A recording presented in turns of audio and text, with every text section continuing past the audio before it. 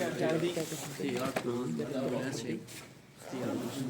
اختيار حل مناسب أو خلينا نقول وسط مناسب.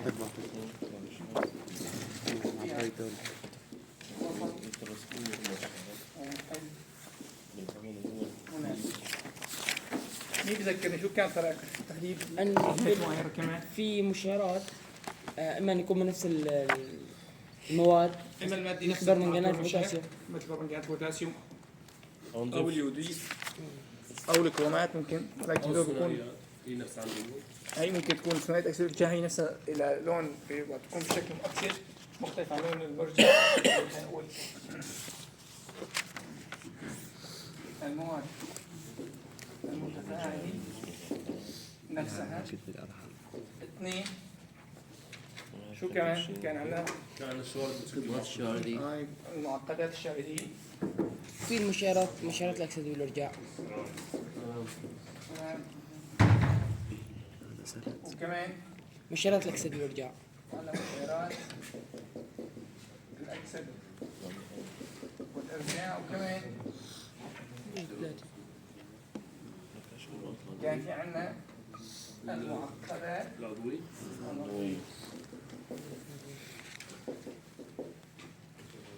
يعني هون قلنا هو مثلا مع الكوسيانات مع السي ان سالب، هو مع ثنائي التي السلام عليكم.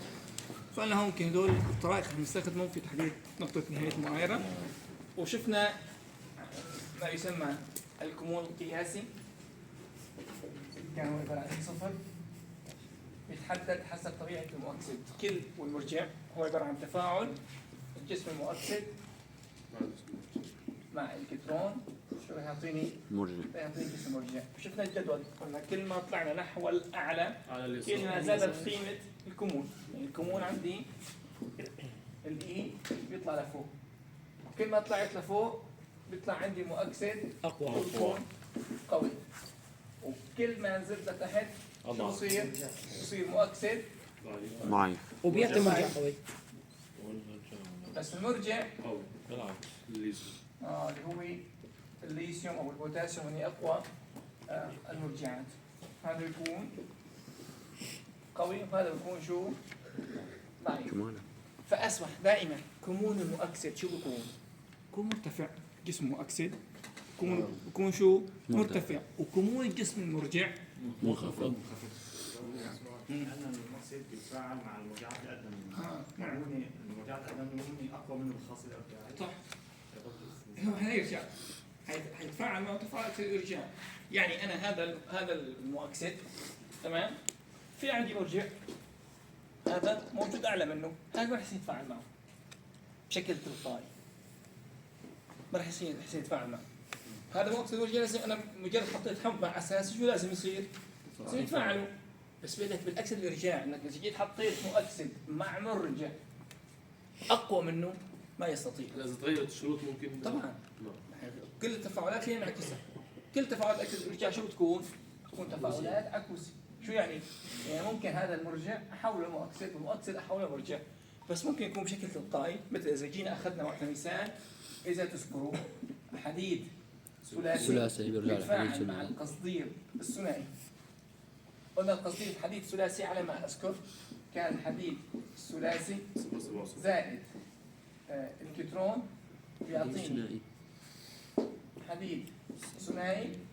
هذا كان له تقريبا 0.77. وعندنا كان قصدير الرباعي مع 2 الكترون بيعطيني القصدير الثنائي يمكن حوالي 0.15 تقريبا ما اذكر يعني، بس هو اقل من حديد اكيد.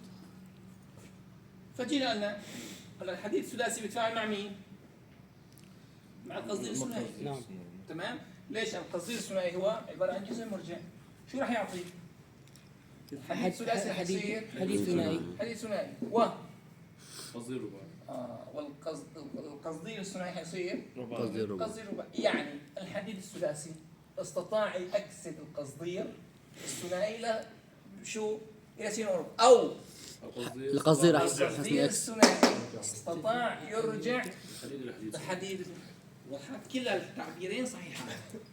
ولكن هذا التفاعل ينعكس بشكل تلقائي. شو يعني بشكل تلقائي؟ تعالوا نطلع، نجي نقول شو بدي انا افاعل؟ افاعل الحديد الثنائي. هاي الحديد الثنائي هذا بيتفاعل مع مين؟ مع المؤكسدات الأقوى منه، ما بيتفاعل مع المؤكسدات الأضعف منه. صحيح ولا لا؟ صحيح. وضحت؟ نعم. فجيت هذا الحديد الثنائي بيتفاعل مع القصدير الرباعي؟ المفروض لا.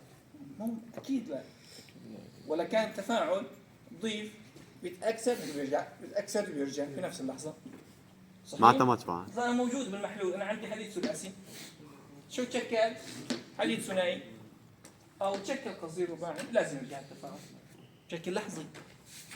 وهذا ما بصير عندي بالتفاعلات المعايرات، بكل لحظة لازم يرجع، ما صار في تفاعل. وضحت؟ فهلا نجي بقول الحديد الثنائي ما يستطيع يتفاعل مع هذا المؤكسد. ليش؟ انه اضعف منه. أو هذا المؤكسد ما يستطيع يرجع المرجع الأعلى منه ايوه بشكل تلقائي. بس هذا التفاعل أنا إذا بدي إياه يصير شو؟ طبق أنا كمون خارجي، بطبق شو؟ يا خارجي حفازات كاتالايز، وخلي التفاعل هذا يصير. تمام. وضحت شباب؟ وضح. طيب بس أنا بيهمني شغلتين أفهمهم. هاي الكلام حكيته، والأمر الأساسي إنه كمون المؤكسد شو بيكون؟ مرتفع. وكمون المرجع شو بيكون؟ منخفض. دول نثبت هدول المعلومات.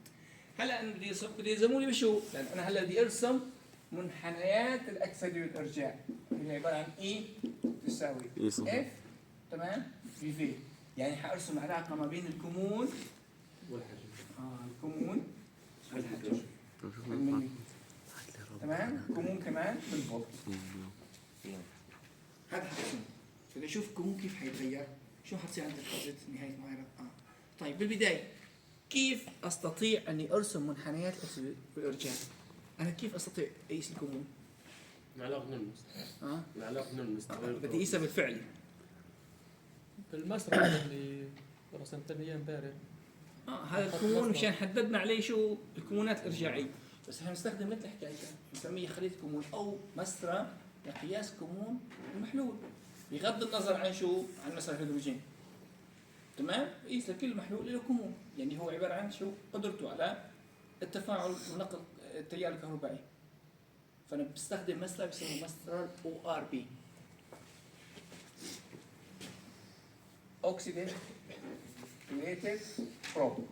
هذا مسرة ORB مثل ما بيكون عندي مسرة BH، أو مثل ما بيكون عندي الأيون سيلكتيف.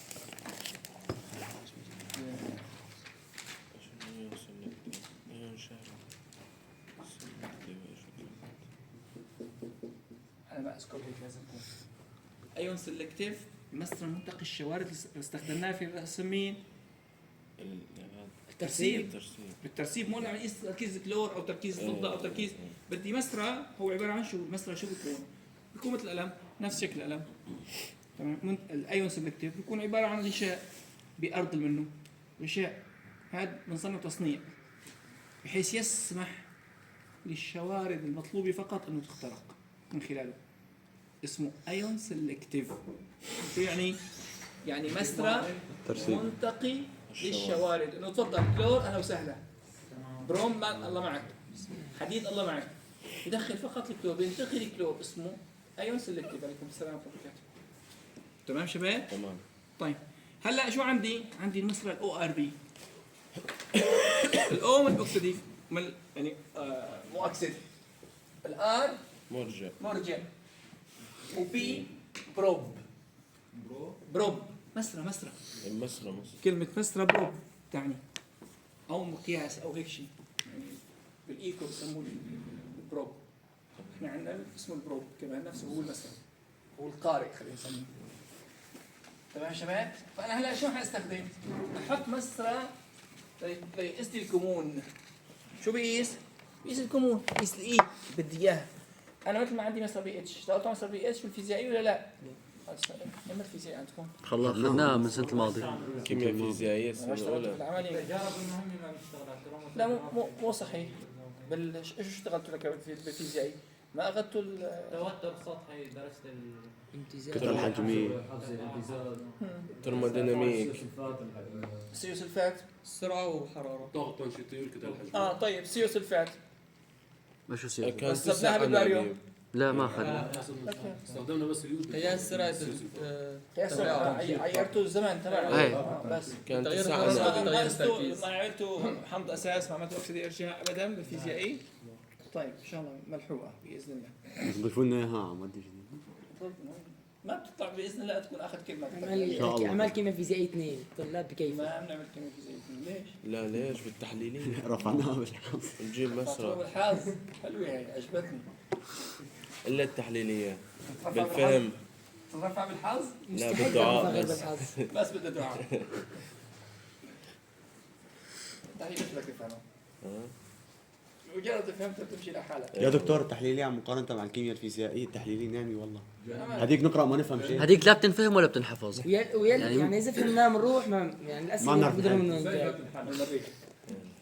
الطلاب دائما ظالمين مدرسين او مدرسين دائما ظالمين الطلاب. والله جد يكون دائما الحمد لله. هلا بلشوا التحليل، يفهموا معي التحليليه وما ذاكروها. تحليلية أمورنا لوز. ان شاء الله. انا بكره بعرف تجيني الدفاتر بصير بسبعه حالي او بسب علي. مشكله انا بقول كل هالسنه ايش عم تساوي؟ مو عارفان اجري من راسه ومن والله يا دكتور أمورنا هون بالفهم وكشرح أمورنا توب. ايه. بس بقارن إذا جت الأسئلة من ضمن هالكتاب يعني من الكتاب بكون هسه أمورنا دبس. لك اكيد بجيب لك من الكتاب. بس أما إذا غيرت لنا يا دكتور دبس يعني بيعلق لنا بقول كويس يعني حلو. يعني كويس تمام الدبس حلو يعني.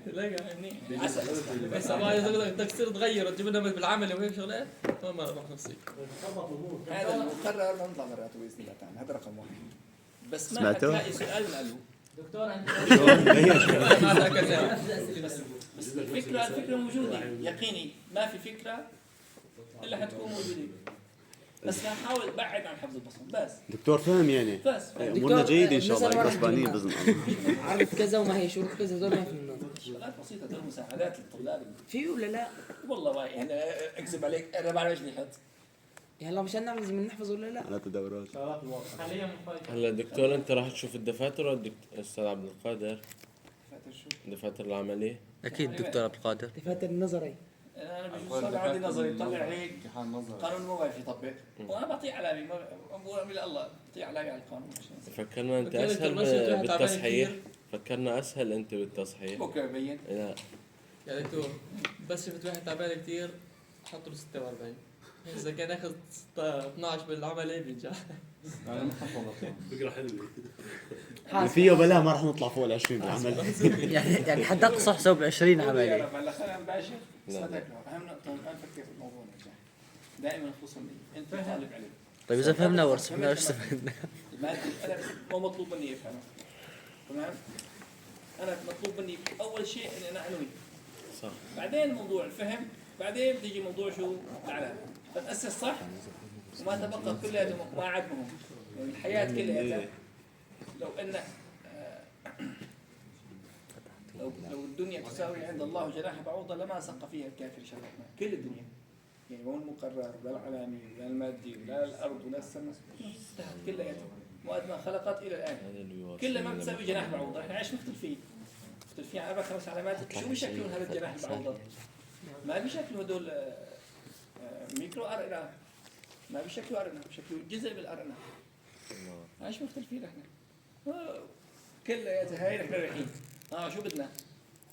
بدنا نحن ننوي صحح نيتك جددها وبعد منا شوف شلون الامور كلها تمشي خطوه ورا خطوه. فانا بصلح نيتي اني انا كسبت. شو كسبت؟ لا كسبت العلامه هدول كلهم بيجوا تحصيل حاصل واذا اجوا ولا ما اجوا ما مهمات ما هن الاساس. ايش احنا مختلفين على جناح بعوضه؟ خي خذوا سامح كله مو مختلفين على ار ان اي من جناح البعوضه. طيب الاساس صح. شو الاساس صح؟ انه ننوي. شو ننوي؟ انه نحن طلاب علم بس هذا مطلوب مني. ليش؟ لا تزال قدما عبد حتى يسأل عن 5. قرض خلي 5 يصيروا 4 إذا قرض مع بعضهم. قرض واحد منه شو؟ عمري فيما أفهم. عن عمري فيما أفهم. عن علمه ماذا فعل به. الشيء اللي تعلمته شو سويت فيه؟ تمام؟ وعمرك شو ضيعته؟ انه انا كنت طالب علم، لا والله انا كنت عم بدور على المال، عم بدور على الشهاده، عم بدور على السلطه، عم بدور على الجاه، على المعدل. تحب تضيع هون، تحب تاخذ هون. وثق تماما رب العالمين الكريم اللي انت بتعطيه جزء من الشيء اللي بيطلبه منك، انه جاي طالب علم، انه يبخل عليك، انه ما يعطيك بعد منا علامات جيده ومعدل جيد ومال جيد، كله ورا بعضه تمشي. بس اسس صح. تمام؟ ترجع دائما اكيد. نحن هلا جايين فايقين من الصبحيات متعذبين، مشان شو؟ والله مشان بكره ننجح في المادة. لا. النجاح المادي شيء تحصيل حاصل. أنا جاي طالب علم عبادي، وضيت وطلعت. مثل أنا بدك توضى تروح الصلاة، نفس كل هذاك الأجر، كل خطوة مكتوب فيها أجر، هون كل خطوة بس مشان تنوي صح. بعدين جينا فهمنا، أخذنا طلعنا. طيب ما فهمنا، إيه أنا بالأساس أنا بتاجر مع رب العالمين، ما بتاجر مع الدكتور أحمد. مين هو؟ بشو بشكل؟ وضحت؟ فدائما نصلح وثقوا تمام. بس اشتغلنا صح يقيني حيطلع المخرج صح ايا كان. طيب هلا بس لا تنسوا احنا على الطريق يدخلوا سيجاره مشان طلب العلم، ما بصير يدخلوا دخان. تمام. يعني ضحكوا المدخنين. ما في شيء. الحمد لله ان شاء الله. يا شباب ديروا خلاص فتحتوا شيء شباب باول امركم اختاروا صح، تصرفوا صح، وانتبهوا وين رايحين. هذا الدخان بضل معك طول عمرك، عم تعاني منه طول عمرك. الحمد لله يا دكتور اغلب الشيء بفضل الله تعالى. ولكن في شباب بدون نتكاتف نشدوا معنا انه ما يدخنوا. نعم بفضل الله. انا الكلام عم بلمس تطور في الجيل الموجود بشكل كثير كبير، في اخلاقه، في دينه، في عدم تدخينه، في كذا. عم بلمسه بفضل. ولكن هذا ما يعني انه وصلنا. لسه نتآزر وتواصوا بالحق وتواصوا بالصبر. بدها شد برخي بتشدني، بترتخي بشدك.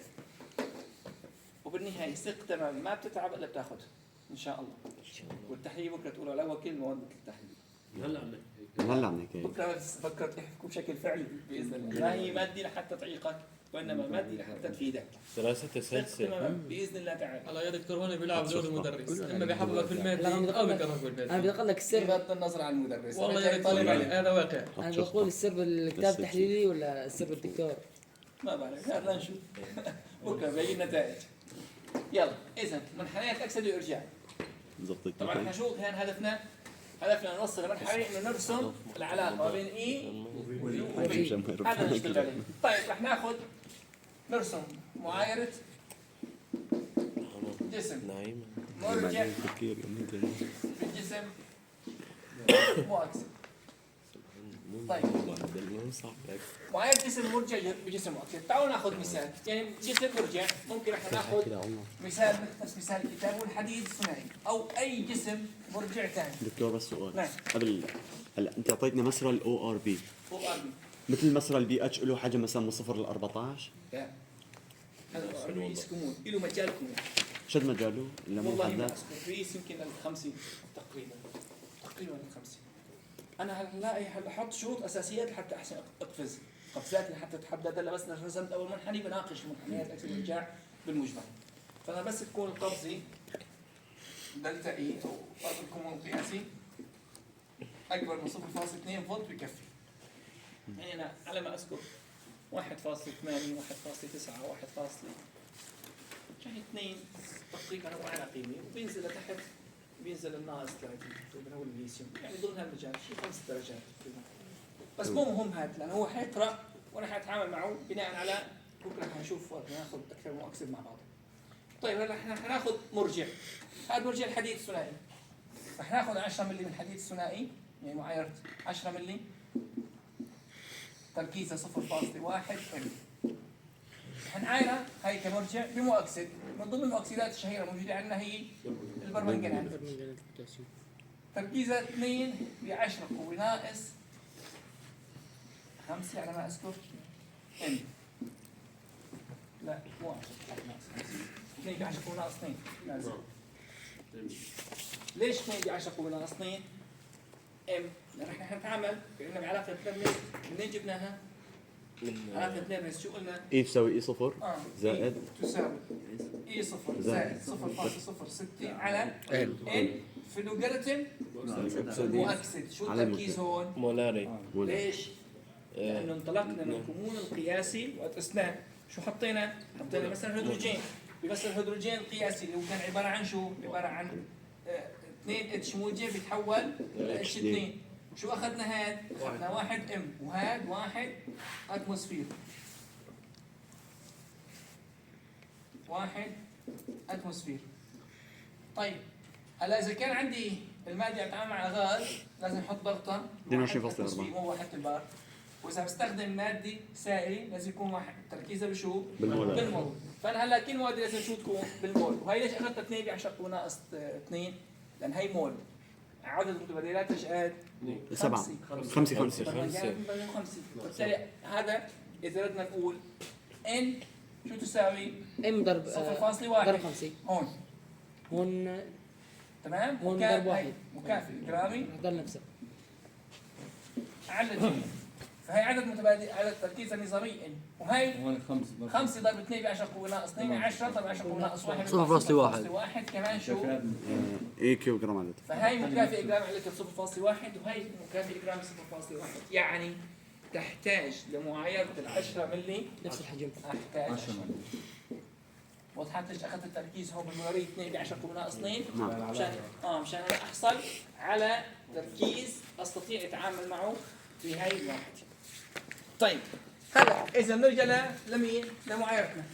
شو بدنا نعاير؟ حديد بدنا نعاير الحديد بالبرمنجانات. المرجع بالمؤكسد. حطينا ضمن المحلول ايش قد؟ 10 ملي 10 ملي. هاي ال 10 ملي بدها 10 ملي برمنجان. بدها 10 ملي برمنجانات. بس تركيز برمنجانات 2 طبعاً. هو ناقص 2 مشان يطلع تركيزه شو؟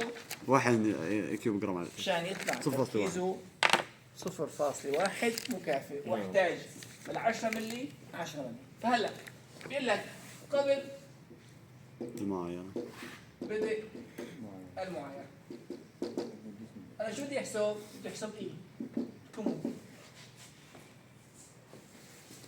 بيقول لك بكل منحنيات الأكسد الإرجاع توجد ثنائي تسمى الثنائي شو؟ العاملي. شو اسمها؟ ثنائي العاملي. شو يعني ثنائي عاملي؟ يعني هي اللي عم تاثر. هي الثنائي الموجودة بشكليها المؤكسد والمرجع. شقيها المرجع والمؤكسد موجودين مع بعضهم وهن بخلي الكمون يثبت.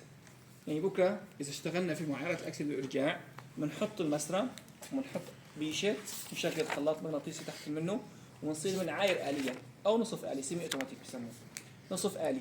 فبعاير نصف آلي يعني ما بعاير بحرك بايدي وما عمال انا بشوف اللون. الجهاز عمال بيعطيني رقم.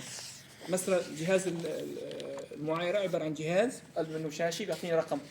شد حطيت مثلا الكمون. شو عندي حديد ثنائي. هذا الحديد الثنائي لحاله ما بيقرأ كمون وبصير المسرى بيطلع وبينزل قراءة. بتوصل ل 0.9 بتنزل ل 0.3 تطلع ل 0.6 توقف. لا ما بتوقف ما بتنضبط. قيمة الكمون قبل بدء المعايرة قبل ما تتشكل الثنائي بزوجيها أو بشقيها المؤكسد والمرجع شو بكون متغير. فبده محطة يوقف عنده. شو هي محطة يوقف عنده؟ نقطة. انه في عنده نقطة تكون فيها شوية كمون ثابت لحتى يثبت الكمون. شو بده؟ بده ثنائي. يعني تكون عندي الحديد الثلاثي والحديد الثنائي. البرمنجانات والمنجنيز. يكون عندي اليود واليوديد. أي شكل فيه كمون بوقف عنده. وضحت الصورة؟ فالمسرى الكمون بحطه قلب البيشر. البيشر فيه خلاط مغناطيسي يعني بيحرك المحلول وعندي حديد ثنائي فقط. طب إذا ما كان عندي حديد ثلاثي معناتها ما عندي شو؟ ما عندي ثنائي. فبقول لك لا يمكن تحديد قيمة الكمون. تمام نطلع قيمة الكمون. تفضل. دكتور سؤال. هلا قلت انه قيمة المسرى بالمادي ما ثابتة. هلا نحن نظريا ممكن نحسبها بالعمليات قبل المعايرة اثناء بعد بس بالهدف راح تكون تغير شلون نحددها نظريا يعني. هنحددها نظريا. هلا هنشوف نظريا شلون تتحدد وعمليا بيقيس لي اياها الجهاز. هاي القيمه اللي حددها نظريا هيقيس لي اياها مين؟ الجهاز. بس هلا انا بجي بقول عمليا العمليه الجهاز حتى يقيس ما بيلاقي قياس. وانا اذا بدي اطبق نظريا شلون بدي احسب الكمون؟ بدي اطبق علاقه الريست اي تساوي كذا بكذا بالمؤكسد على المرجع. طيب المرجع موجود، المؤكسد وينه؟ شو تركيزه؟ وضحت؟ مو موجود. طالما غير موجود فبقول لا توجد ثنائية عاملة. شو يعني كلمة ثنائية عاملة؟ يعني موجودة بشقيها. قبل بدء المعايرة لا يمكن يساوي تحديد قيم الكمون نظريا وبين قوسين ولا عمليا بسبب عدم وجود ثنائي عاملي. شو يعني ثنائي عاملي؟ يعني ثنائي موجودة بشقيها المؤكسد والمرجع. ما عندي ثنائي عاملي. طيب طالما ما عندي ثنائي عاملي ما هي موجودة بشقيها المؤكسد والمرجع تمام؟ فبالتالي حتكون قيمة الكمون غير محددة. طيب بيجي نقول خلال المعايرة. اثنين خلال المعايرة شو بدك تعاير؟ يعني خلينا نقول مثلا عايرنا بإضافة 5 ملي، يعني لازم إضافة 5 ملي من البرمنجانات MnO4 سالب.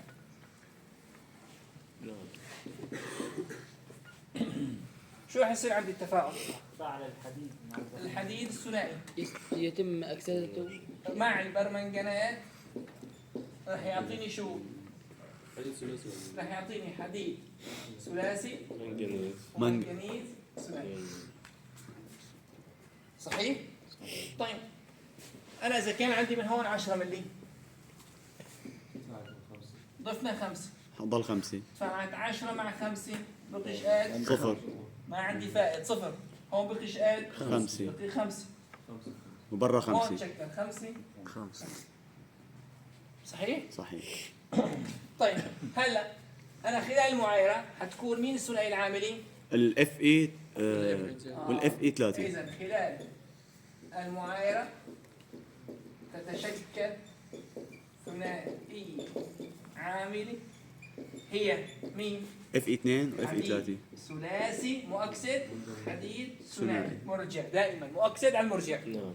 الواحد خربط فيها بتطير. ما بتصير بس متى تقول اف سي يو 2 موجب او 2 زائد 2 يعني هو ما اقول سي يو 2 موجب او سي يو زائد 2 هديك شحنتين موجبة.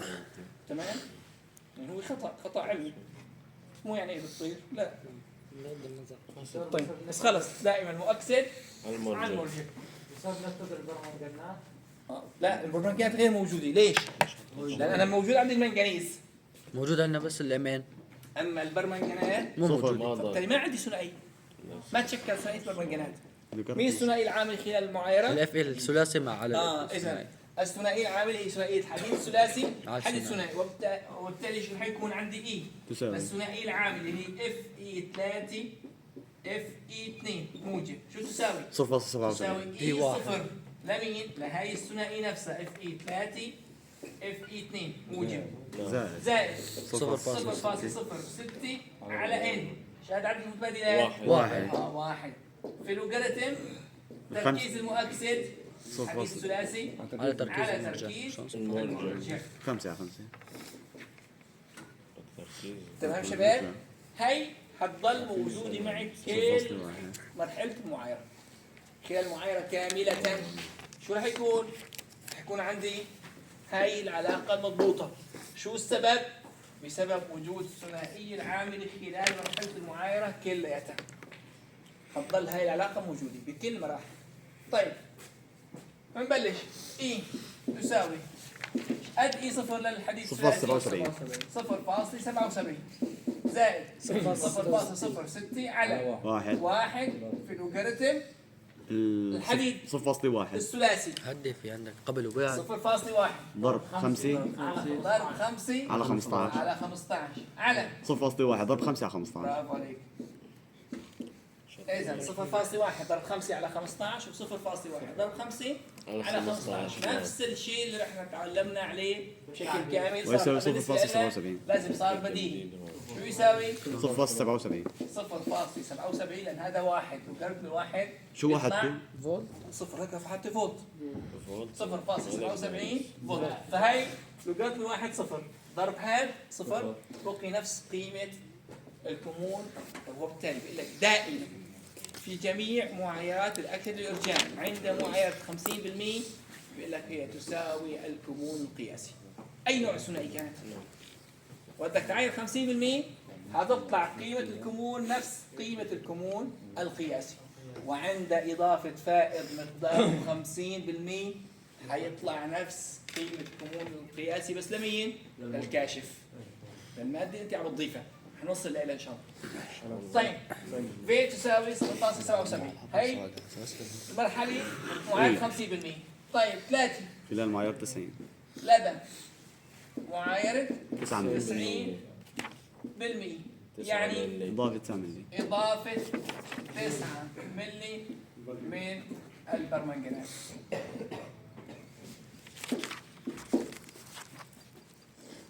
تمام شباب؟ طيب شو راح يكون عندي؟ يكون كمان عندي إيه؟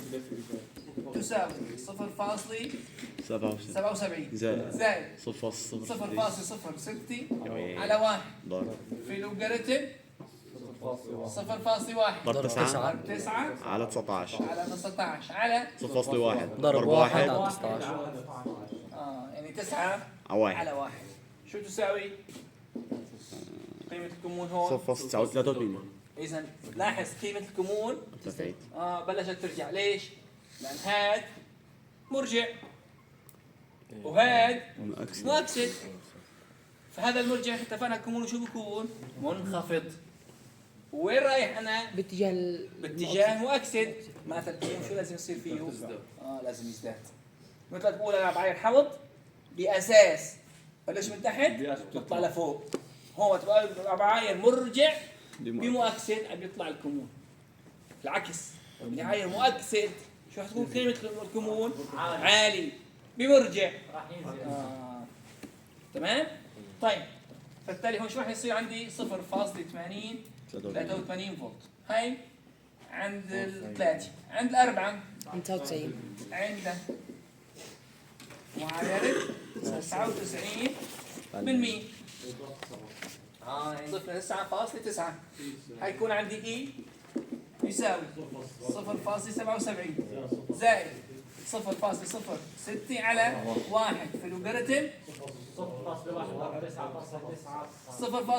ضرب 9.9 على 19.9 على 0.1 ضرب 0.1 على 16 والله ما عاد ضرب يحكي 0.1 على 19.9 شو تساوي؟ يعني 9.9 على 0.1 9.9 نعم هذا احنا مثبتينه اكيد فيه بس انا دائما بحاول اشتغل فيه مشان ما تنسوه. 0.89 اذا حتصير 0.89 فولت. طيب عندنا نقطة تكافؤ. عندنا نقطة التكافؤ. شو عندي انا؟ عندي نقطة تكافؤ ضفنا 10 ملي. معناتها هون شو عندي؟ 10 عندي 10 ناقص ما 10 صفر وهون صفر. مين؟ هي الثنائي العاملي. ما في اثنيناتهم منجنيز. هون موجود عندي منجنيز ثنائي وحديد ثلاثي. لا هذا عنده شق المرجع ولا هذا عنده شق المؤكسد. المؤكسد. يعني لا في ثنائي عاملي الأول ولا في ثنائي ولا عاملي في للثاني. ثنائي عاملي الثاني. معنى ما بنحددها. لا ما بيتفاعلوا بيرجعوا بالعكس. ما بيتفاعلوا بيرجعوا بالعكس. لا في شو اللي يصير؟ في عندي قانون خاص بيقول لك انت هذا القانون الخاص هو عباره عن علاقه موجوده كون الثنائيتين غير موجودات وانت عم تعايروا مع بعض وانت ما اصلا في مرحله المنتصف تقريبا. فبيقول لك في عندك قيمه الكمون بتكون بعلاقه خاصه تساوي n1 بإي 0 1 زائد ان 2 بإي 0 2 يعني ان 1 بإي 0 1 يعني عدد الالكترونات الثنائية الآونة الأولى بإي 0 بكمون القياسي زائد ان 2 عدد الالكترونات الثنائية الثاني بكمون القياسي على ان 1 زائد ان 2.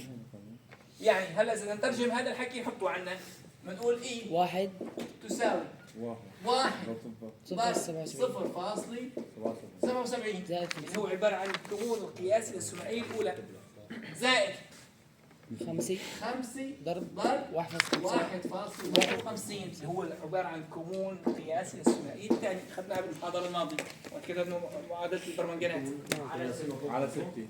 مو تلحظوا لا بيعطيك مثل ثابت التشرد بالأمور القياسية كلها بتنعطى نعم.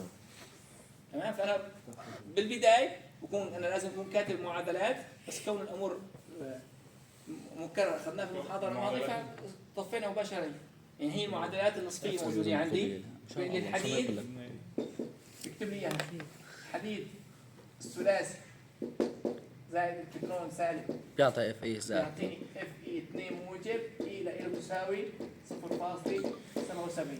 وعندي البرمنجانات ام ان او 4 سالب زائد 8 اتش موجب زائد 5 الكترون يعطيني ام ان 2 موجب زائد 4 اتش 2 او اي تساوي 1.51 يكون اعطيني اياها بهذا الشكل هذا. او بيعطيني اي صفر للحديد الثنائي حديد ثلاثي ثنائي واي صفر للبرمنجانات منجنيز. مو شرط تكون اعطيني المعادله كامله على قد 1 زائد 5 6 دائما في جميع معايرات الاكسد والارجاع عند نقطه التكافؤ شو بتكون العلاقه؟ ما بتتغير. مو مثل معايره حمض اساس والله مين موجود شو طبيعته محلول موقي ملح حموض ما هي. يا دكتور احنا كانه اخذنا منتصف القيمي بس راعينا عدد متبادلات. تمام اخذنا احنا منتصف القيمه راعينا عدد المتبادلات كلام صحيح. طيب شو تساوي هون؟ الأول ما كان عندك 39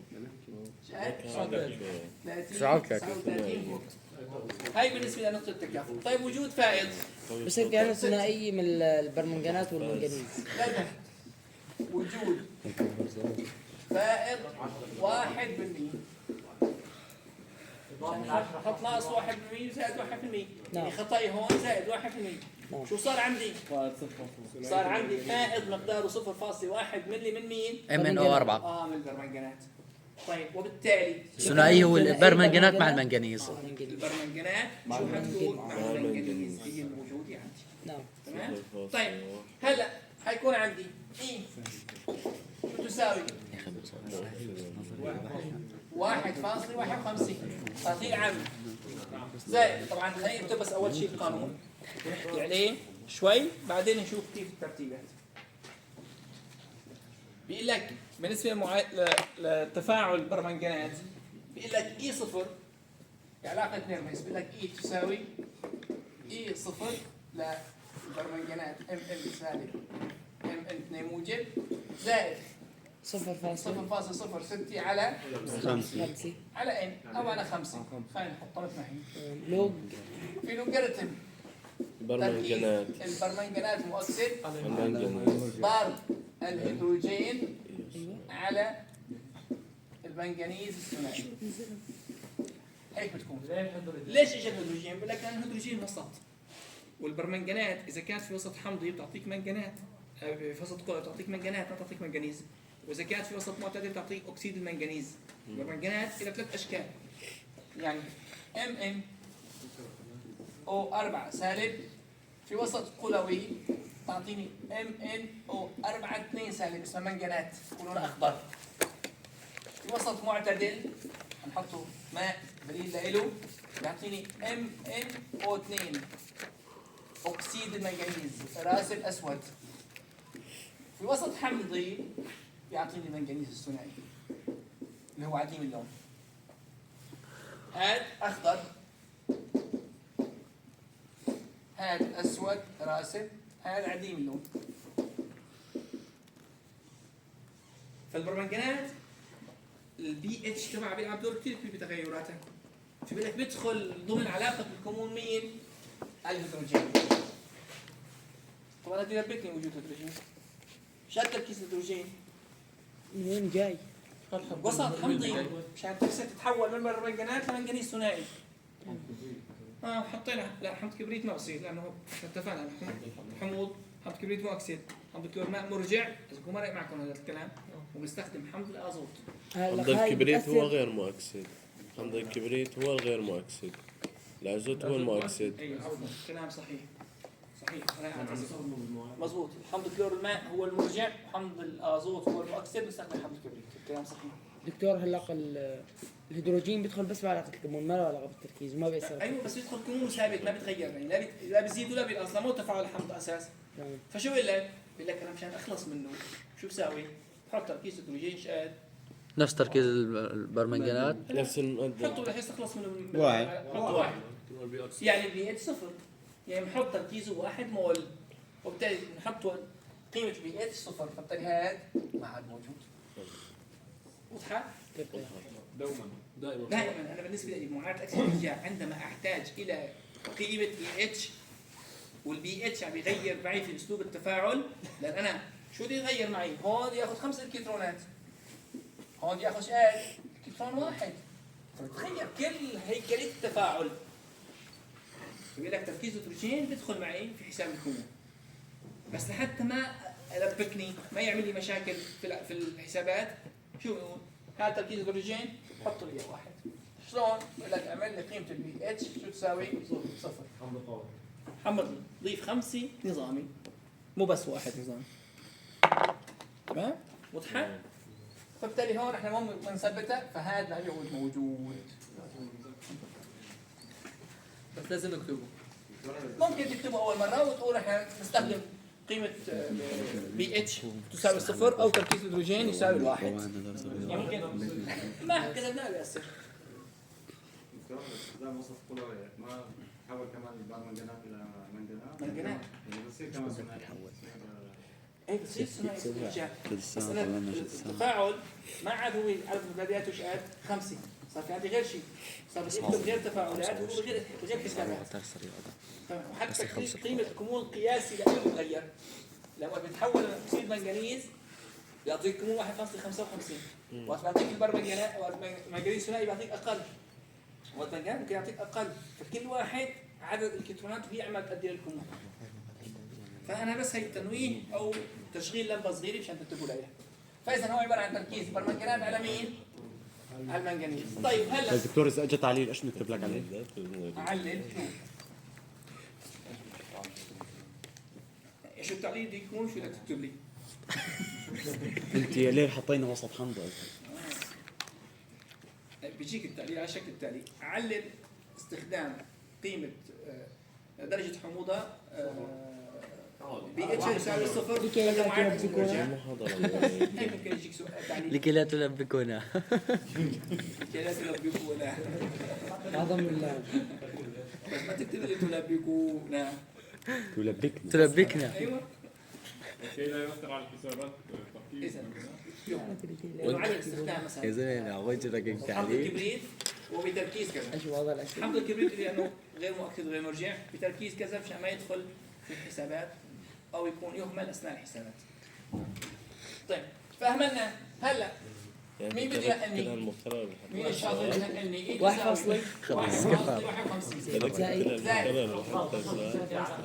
على جودة الذكر ما راح تعلم. 0.1 ضرب 2 ضرب 10 ناقص 2. طب ما لا ايش بتعيط؟ على 20.1 على 20.1 على 10 ضرب 2 ضرب 10 ناقص 2 على 20.1. 10. انا كاني عم بحس حالي طالع برا لا هاي نظامي. نظامي هيك شغل. لا انت هون حطيت بالمولارية. 10 ما بعد انتوا عم تنقلوا لي عم بكتب 10 لازم مو 10. لا كمان صفر. 10 لا بس 10 بس 10 لا بس التركيز هيك. هيك نظامي هيك. التركيز هيك لا، بنحطه أنا بالمولاري ولا؟ شو رايكم؟ انا حاسه لا. مين بيقول هلا صح؟ دكتور مين بيقول غلط؟ انا غلط صح. مين بيقول ما لي شيء؟ ولا لا دكتور لك عند وقت اضفنا 10 تشكل معنا ام ان 10 واف اي زائد 3 10 خالصين، ما بغيت تشكل شيء زياده عند الاضافي، فراح تضل 10 ونقسم على 20.1 اللي هي الفائض. وين؟ لك احنا على التركيز يعني. هذا تركيز اي عادي بالمولاري. مظبوط؟ ايه صحيح نظامك. لا نختلف الحجم هون اختلف الحجم صح. ولا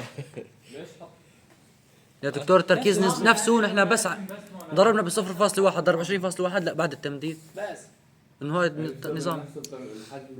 هلا نحن هون مددنا استخدمنا مول، لازم تكون نظامي التركيز. ايه ايه ما بعرف ليش حطينا تركيز بالمولاري. نظامي لأني بالمولاري ما يصير نظامي. برافو عليك. لازم يكون تركيز حصرا في المولاري. ما بصير لأن علاقة بيرنس بالمولاري، وهذا الكلام صحيح.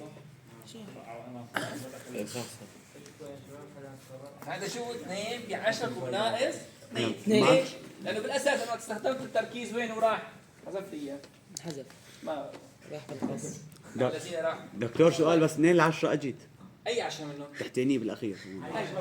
هاي أيوة. بتشكل. هاي اللي مين شكل هلا لو ضفت أنت 10 ايه عاد ضفتك كم؟ شو تشكل هو؟ 10 هاي 10 الاضافي ما بغى تاثر.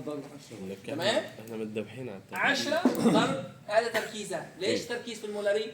لأنه العلاقات أنشئت من خلال علاقة الكمون القياسي، والكمون القياسي أنشئ من مسار الهيدروجين، مسار الهيدروجين استخدمنا فيه تركيز السوائل 1 ام. نعم. وإذا كان في عندي غاز، يعني أنا بأحد التفاعلات كان عندي غاز مثل غاز الهيدروجين مثلا، تمام؟ أي غاز طلع كلور، طلع فلور، طلع بروم، أي نوع من أنواع الغازات بحطه بالأتموسفير كضغط، ما نحطه بالبار. أو عفوا بالميجا باسكال، لأن الأتموسفير بالبار واحد. شو تساوي؟ معناته هون الخطأ بس متعلق في مقدار البرمنجانات المضافة. شلون متعلق؟ مو متعلق، ما عندي خطأ. لا هون خطأ واحد، قصدك خطأ معين. 1.49 دكتور هلا بنحكي عليها، ايش تتعلق؟ مكتوب 1.49 شرط القيمي. 1.49 إذا لاحظ احنا عم نطلع وين بلشنا؟ بلشنا من هون، شرط كانت قيمة كمون 0.77 طلعنا 83 عند نقطة تكافؤ 39 هون شقد 49 1.40 49 إذا عم بيزيد. طيب بنزيد بنقول 10% 7 لا إضافة 10% فائض، يعني إضافة 11 ملي من البرمنجانات. طيب شد أو 1% 1 ملي فائض حتكون عندي إيه؟ شو تساوي؟ 1.51 1.51 زائد 0.06 على 5 في لوغاريتم 1 على 10 على 10. في داعي التفاصيل؟ لا. خلص الأمور بالنسبة لنا لازم صارت واضحة. شو تساوي؟ 1.5 1.5 فولت. طيب عند معايير 50% فائض عبد العزيز بقول لك وين راح عندك عفوا مو معايير إضافي 50%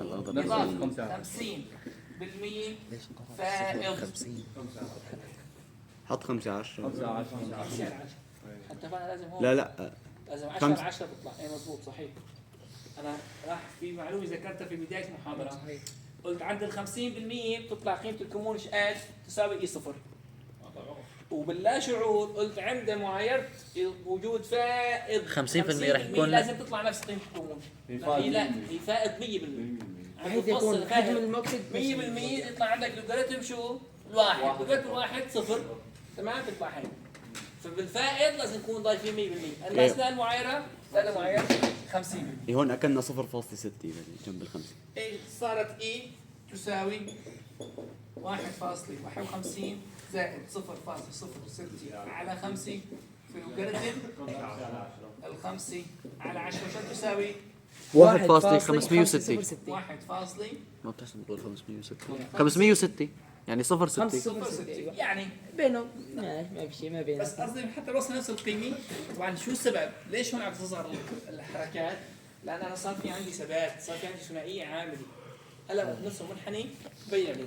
طيب خلينا نرسم منحني الموجود عندنا. يلا بس معي. شو سؤالك ما فهمت؟ عم قلت كان يصور اللوح جمع. فين لو يعملوا لنا لوحين، لوح فوق ولوح تحت، حسبوا هيك لفوق حطنا لوحتين. بس المشكلة يصير مسح ضعف اثنين. هو لازم يعملوا واجهه كلها قص الصور. بيعملوها الكتروني هيك كبسه زر. مسح هاي بكره عندكم، تفضلوا انتوا بكره جيل المستقبل تجيبوا بدنا من هلا هاي نحن على زماننا جابوا الوايت بورد بس ما نحن جبنا الصينيين هون جابوا الوايت بورد اي بكره السنين كمان بجيبوا من هاي ونحن بناخذه. ونحن نفتخر فيها.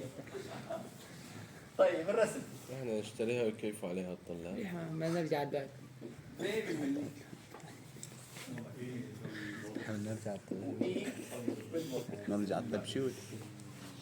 الكلك احنا على زماننا جهاز اسقاط كان هو ورق الكلك، سمعانين فيه؟ لا والله. هذا ورق بسموه مثل ورق الزبده. قلنا ايه؟ بينكتب عليه بخط الايد، تمام؟ فهو شفاف الورق. والقلم بتاعك بتكتب فيه او بترسم عليه شو بيكون غامق. فبتحطه على الضوء. على الضوء بصير جهاز اسقاط. هو كان مبدأه عكس هذا الجهاز. فشو بيساوي؟ بيطلع الشاشه كلها بيضاء ما عدا كلامك انت الشيء كاتبه. شو بيكون مكتوب، بصير تشوفوا انت لونه اسود. فكانت تنكتب محاضرات، خاصة المحاضرات اللي بتكون فيها مثل الحيوية مثل الاصطناع، كان فيه كثير معادلات ومعقدة وكذا. ممكن يلبكوا هنيك، إذا تلبكت في هيدروجين بيعمل لك مشكلة، ما بتتوازى معك معادلة بسيطة، مو مثل حكايتنا أمورها بسيطة كلها يبقى على الرقمين وين من ضاع بنلاقيه. هنيك إذا ضاع هيدروجين بينكتوا القاعة ما بتلاقي هيدروجين كثير صغير ما بيلتقى. إذا ضاع حمد كان القلم نشف على الطبق اليمين. لا بكون الدكتور كاتب قبل النهار بجيبه معه بحط محاضرته على الجهاز. بطبخ هو بميكر ما هو بيكون كاتب نفس المقرر مثل هلا انا مثل ما كتبتها هاي ساعة ونص تنكتب تنحط طا بس تضمن انك انت شو تسرع المحاضرة، ما تضيع في الكتاب معادلات كثير معقدة، يعني معادلات متسلسلة في التفاعلات. خلينا على الحمد لله بالحيوية. الآليات تبعيتها كثير معقدة، إذا بده يكتبها بضل نص ساعة بيكتبها وبعد نص ساعة بتنشرح دقيقتين. طيب شلون عم بيكتبها بالعكس يعني هلا نحن لا بيكتبها نظامي هو بس حتى طبعا. ليش بقلبها؟ ايوه بزعل منك. هلا نزعل من بعضنا. يعني مثلا هلا ديوان نزعل من بعضنا. اكيد هو مو متعلم الكتابه العكسي. انت شو عم يكتب بالعكس؟ هذا فطران محشي يا دكتور اليوم. فطران محشي من 6 الصبح. من 6 الصبح. هاي بس ديوان. بعد اليوم تاني يوم صايم مش شرط. لا تعزعلي. شفت؟ هو رمضان دوب. ومستحب اذا بتسحر ماشي بيطلع له عادي. طيب شو نرسم هلا؟ هي تساوي في بالفولت وفي بالمليلتر. طيب حنبلش. هاي صفر. اذا ما واحد كنت صايم أو وكله نص. رمضان دوب يقطعوا. لا ونص. نقلوا يا شباب نقلوا الدكتور. 0.5 واحد ونص 2 هون 5 10 15 يلا عند الخمسة ايش قال؟ 0.77 هون وين اسمه المدخل؟ عندك 9 0.83 فوق عند 9.9 89 كمان يلا عند 10 1.4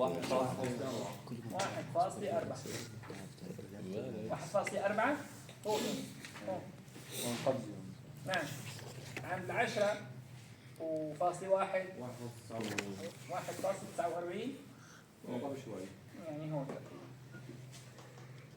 تحت الخمسة. عند 10 1.49 عند 10 1.39 يلا غني ايه هون تقريبا ايه عند 15 او عند 11 عند 1.5 وعند 15 كمان 1.5 صراحة هيك الشكل بحث خبزي بس شو مقدارها شوي صغير مقارنة مع مين؟ نص. حوالي هي إذا جينا ناخذها بنقول من تقريبا نص. مش قد هون 0 فاصلي 1 فاصلة ولا صفر؟ مش قد القيمة؟ قبل 99%. ايه 77. لا 99%. 1.39 لا قبلها 89 هيك هيك 83 80 89 وهي ليش 30؟ 89 فرض 6 علينا ليش؟ يعني 1.5 تقريبا. فالقفزه هي من 0.1 طبعا بالنسبه للاكسد الارجاع تعتبر من القفزات المميزه، لان انت مجرد كان عندك الدلتا اي او القفزه اكبر من 0.2 فولت او 200 ملي فولت كثير بتكون القفزه واضحه. فهذا ايش قد؟ هذا من 0.9 ل 1.50 0.6 فولت، يعني 3 اضعاف الشيء المطلوب. 600 ملي فولت. 600 ملي فولت، انت مطلوب منك 200 حتى تبلش القفزه تكون واضحه، فتعتبر القفزات الجيده. طيب دكتور، طيب بما تتعلق القفزه؟ ما تطلع ناقص واحد. يلا خلينا نطلع زائد تتعلق واحد بالإي زائد واحد. بالإي القياسية. زائد واحد. زائد 1%. شو تركيز العلاقة؟ تركيز البرمنجانات تركيز تتعلق بتركيز البرمنجانات. والمغنيسيوم. لا ما له علاقة، ليش؟ لأن نسبة. لانه لوغاريتمي واحد التركيز ما بتتعلق صار فيه فيه بالترمومتر. شطبناه فوق وتحت ما عندنا نطلع عليه. ما تتعلق بس اي صفر. فاذا عدد المتغيرات. التراكيز الثنائيه المؤكسد والمرجع ما له علاقه فيهم مطلقا، كانه محلول موقي. سي اس على سي مثل سي اس على سي ار بيروح. هذا شو عندي؟ ثابت. عدد المتبادلات. كلهم ثابتين. طيب شو عندي؟ بس مثلا بيقول عندي ثابت تشرد الحمض الضعيف او بقوه الحمض الضعيف. هون عندي تتعلق بقوه المؤكسد وقوه المرجع. اذا رجعنا لوين؟ للناقص 1%.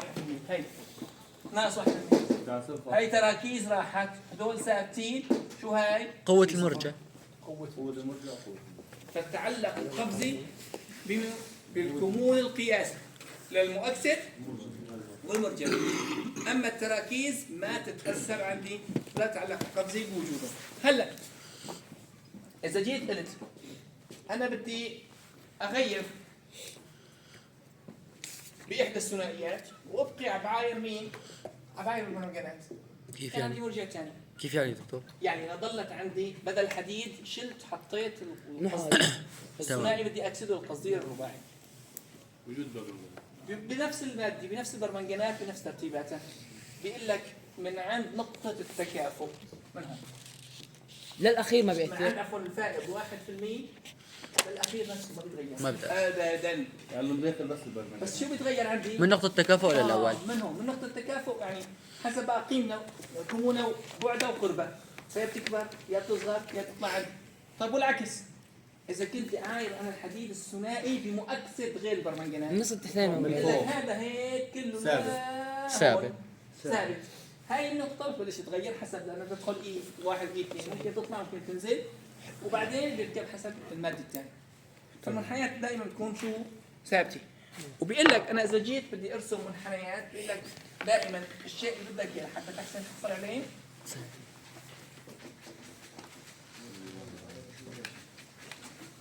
دكتور سؤال. نعم.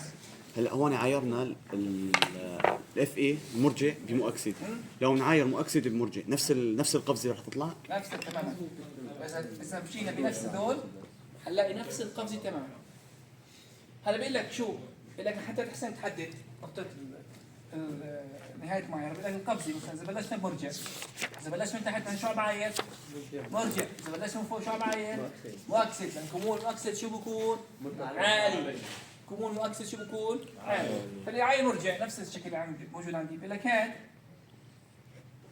هاد بيكون هون دلتا اي ما بين المؤكسد والمرجع شو بكون؟ اقل من 0.2. اقل من 200 ملي فولت او 0.2. تمام؟ مجرد صار اكثر عندك قفزه مقبوله. هاي اكثر بتكون دلتا اي حوالي مثلا 0.2. بعد هنا شو بصير؟ تعالى قفزه اوضح. هون بكون مثلا اي تساوي 0.4 3 دلتا اي. اذا كبرنا 60. هاي طلعت معنا. مثل طلع معي. لاحظ القفزه شلون؟ شاكولي تقريبا. تمام؟ 0.8 ورحنا ماشي. تمام. طيب اذا بدنا نشتغل بالعكس، شو بالعكس؟ يعني معي انا مؤكسد في مرجع. مؤكسد في مرجع. بيطلع عندك هيك. هاي ما بيكون عندك تحديد. اقل. بس ظبطه بشكل جيد. ما يطلع عندك. تمام. هلا بنجيبها هيك. بلش تطلع عندك عند 0.2. بلشت نوعا ما تطلع قفزه. نمشي هيك صارت القفزة واضحة. 4. هون هاي 0.2 هون أكبر صارت القفزة أوضح. احنا ماشيين. دكتور بس بالنسبه اول قسم هذا نحن هون ما كنا عارفين نشرط فيه بالايد. اذا كتبناه بياثر شيء ولا لا؟ مين؟ او اول قسم من الرسمين قبل انا شوف انت المعايره. هون في عندك مسافه بين ايه كارتيني. ايوه قصدك ايه هو بس الصفر بيكون موجود. بس الصفر. بس اذا صرت انا اخذ 1% معايره شو ضفت 0.1 ملي تمام يطلع عندك كون. بس الصفر ما بيكون موجود. احنا برسمتنا بلشنا منين؟ بلشنا بال50. طب لو مبلشين ب10% حنلاقي هون القيمه. تمام لو مبلشين في ال1% حنلاقي هون القيمه. ما حيكون تغير كبير. واحد شو عندك؟ عندك هذا الخط ثابت. هذا ثابت لمين؟ هذا ثابت لوجود الثنائي حديد ثلاثي حديد ثنائي. هي محافظة على الكمون تابع لإلها. وقت خلصت الثنائي شو بلش؟ بلش الكمون. نحن عم نمشي الكمون هيك خلصت الثنائي هون نط لوين؟ الثنائي بعدها ليش؟ لما بلشت تتشكل الثنائية الثانية اللي هي MnO4 سالب Mn2 موجب. هو بده يسيطر. نعم فشو صار عندي؟ صار عندي ثبات في الكمون. مين مثبت الكمون هون؟ ومين مثبت الكمون هون؟ ثنائي المنغنيز. واضحة؟ فالمسمى الكمون هو عم يدور على شو؟ بيدور على قيمة. مين الثنائي العاملي؟ مين هي الثنائي العاملي؟ الثنائي الموجودة بشقيها المؤكسد والمرجع. مين الثنائي هون؟ لقاها عند مين؟ عند الحديد الثلاثي حديد ثنائي أثناء المعايرة فوقها. مثل إذا نحن كنا ماسكين الراديو القديم. على زماننا الراديو شو كان؟ 3 ايه ندور على المحطة على مونتي كارلو على لندن ما بعرف مين. هذول كانوا محطات واغلب ايوش. وكله على الوش. طيب بس لقيت محطة شو بتساوي؟ توقف. بتضل تصير توش خلصت. بنروح ندور على بعدها. وضحك؟ فأنا طالما الكمون ثابت عندي واقف. مين مثبتني؟ مثبتني حديد ثلاثي حديد ثنائي. طب خلص صارت وش. نروح نشوف طلعت بلندن طلع له. دكتور بتحسسنا انك انت عايش بالعصر الحجر يعني اللي الراديو لا. طب هلا ما بيهمني الراديو اللي بيهمني تفهم فكره.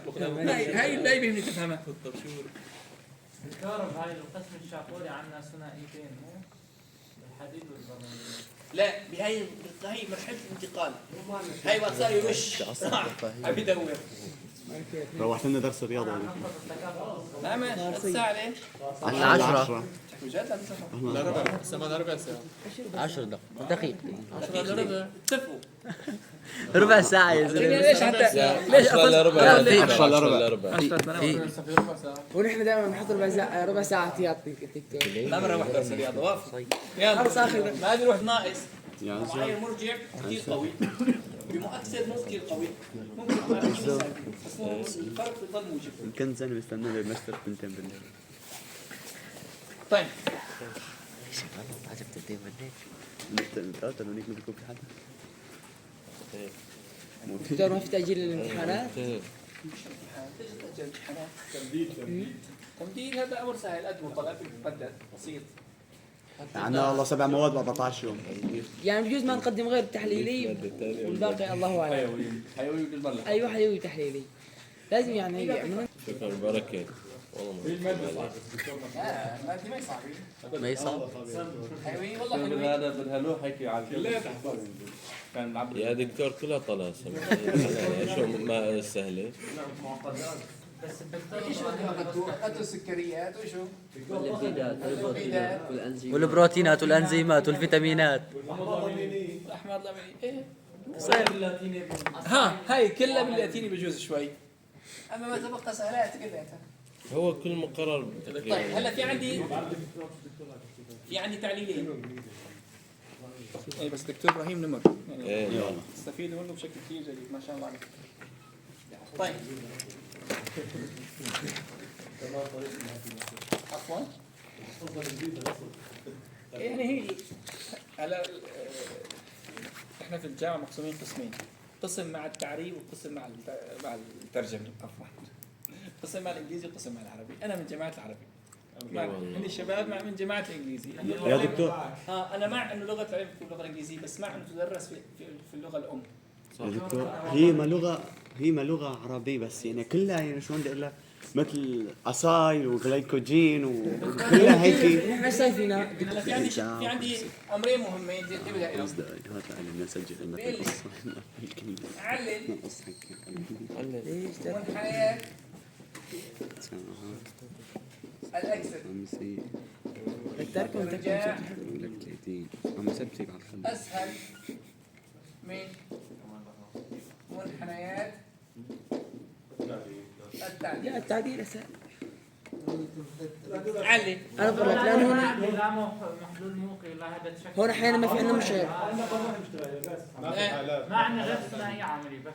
ما عندي لا حلمها ولا محاليل يا موقية دكتور ولا يا دكتور هدول ما في محلول القفزي اللازم الى يعني بيكون اصغر دكتور ما في غلط مش اللي بيلبكنا بالتعديل. هون عندك خطا. لا في عندك دكتور هناك هي نفسها انا ممكن تكون اسئله البرمجيات هلا، بس انا لو كنت عم بعاير الحديد الثلاثي مثلا بالرصاص بدنا مش طيب فالمشي موجود فيه منحنيات اكسدي اكثر ثباتا من منحنيات التعديل. منحنيات الاكسدي اكثر ثباتا من منحنيات التعديل. ما بعرف شو بدي اقول لك. المحايات ليس المواد المركبة تشمل مجموعة كاملة كبيرة يعني، أما بالنسبة للمعايرات اليومية فكل مركب لحاله. يعني مثلا ثنائي الوظيفي حدا وظيفي ملح نعم. هو نفس عدد متبادلات 6 و2. هناك عم نرسم بكل نقطة منحنية. قوانين كثيرة، الحمض القوي والحمض الضعيف والملح القوي مع الاساس قوي مع الملح الضعيف. عندنا قانون واحد يعني عندنا قانونين. واحد صعبان. الاول هو قانون ايرنست والثاني عند نقطة التكافؤ فقط، ما عندنا غيرهم. فأنا هون بكون عندي علاقات المستخدمة واحد، هي فقط علاقة ايرنست علاقة شو ما بتتغير لا بمؤكسد قوي ولا بمؤكسد ضعيف ولا بتشكل عندي محلول موقي ولا أنا بستخدم مرجع ضعيف، كلهم بتضلوا نفس العلاقة. بدي ألاحظ أمرين. أمر الأول إنه أنا بدي يكون في عندي فرق الكمون كبير أكبر من الدلتا إي أكبر من 0.2 تمام، وأعرف استخدم متى وجود ثنائي أي منهما عامل. طيب هذا الأول. بس عندنا دكتور بس عندنا الحل ذكر. والله أنا ما متذكر شو أنا شرحته. العلاقة المستخدمة واحدة ولا تأثر بتشكيل شيء. الفرق بالكمون يكون كبير. خلاص ما عم نسجل صفر أكثر من صفر. مسجل. صحيح مسجل. طيب باختصار يا اخي يا عزام انت منين جيت؟ اي هو بده نايم الظهر اليوم. بس تكفيني انك انت فهمان الفكره ولا لا؟ الامر الثاني كيف يمكن ان نزيد او ننقص قفزه المعايره بالاكسده الرجال. دكتور استخدام مرجعات ضعيفة ومؤكسدات قوية. شو بدي اسوي؟ بغير قيمة الكمون القياسي. طيب 3 ما هو شرط استخدام بشار الاكسدي والارجاع؟ أن تكون ضعيفة مقارنة مع المواد المستخدمة. أن يكون لا أن يكون مؤكسد ومرجع. هذا رقم 1. هو مؤكسد ومرجع ولكن كمونه أقل، لا ما بس يكون ضعيف جدا، أقل من المادة الهدف. إذا كنت عم بعاير شو بالمؤكسدات، المرجعات أعلى من المادة الهدف يعني أضعف من المادة الهدف، ويقع تغيير كمونه ضمن القفزة. يعني أنا كان عندي هون موجود، انتبه علي ابني، أنا شو اللي صار؟ هذا منحنى نفسه اللي كنت عم اشتغل عليه سابقا. أنا قلت هون بداية القفزة، هون شكل عندي شو ثنائي مؤكسد واحد مرجع واحد. نعم. الكمون رح يرجع لأنه كون هذا شو اللي صار؟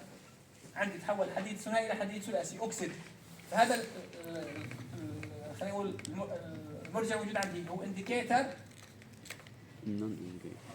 اوكس على انديكيتر ريد. كمان شو لازم يساوي؟ لازم يتغير ضمن هذا المجال. يعني انا خلصت معايره الحديد الثنائي، بدي يكون عندي انديكيتر موجود، مثلا خلينا نقول انديكيتر سالب يتحول لوين؟ لانديكيتر، او انديكيتر موجب يتحول لانديكيتر زائد 2 يتاكسد. تمام؟ فانديكيتر سالب يتحول، فهون لازم يكون تغييره ضمن مين؟ ضمن القفزه.